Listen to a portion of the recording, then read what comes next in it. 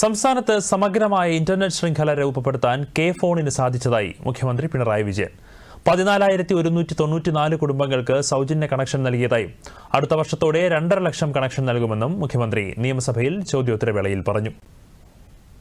K phone സേവനം ആരംഭിച്ച് കുറഞ്ഞ കാലയളവിൽ 1 ലക്ഷം കണക്ഷനും രാജ്യത്തെവിടെയും ഇന്റർനെറ്റ് കണക്ഷൻ നൽകാനുള്ള ലൈസൻസും എന്ന അഭിമാന നേട്ടങ്ങൾ കൈവരിച്ചിട്ടുണ്ട്.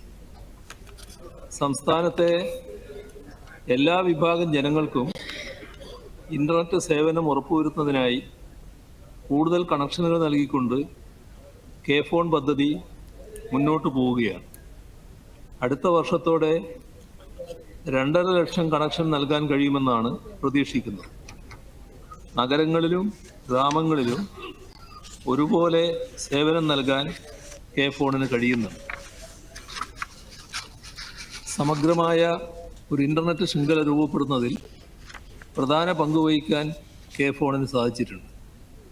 ഇന്റർനെറ്റ് കണക്ടിവിറ്റിയുടെ ഗുണഫലങ്ങൾ സംസ്ഥാനത്തിൻ്റെ എല്ലാ മേഖലകളിലേക്കും വ്യാപിപ്പിക്കുന്ന നടപടിയുടെ ഭാഗമായി സാമ്പത്തികമായി പിന്നോക്കം നിൽക്കുന്ന കുടുംബങ്ങൾക്ക് സൗജന്യമായി ഇന്റർനെറ്റ് കണക്ഷനുകൾ നൽകി വരുന്നുണ്ട്.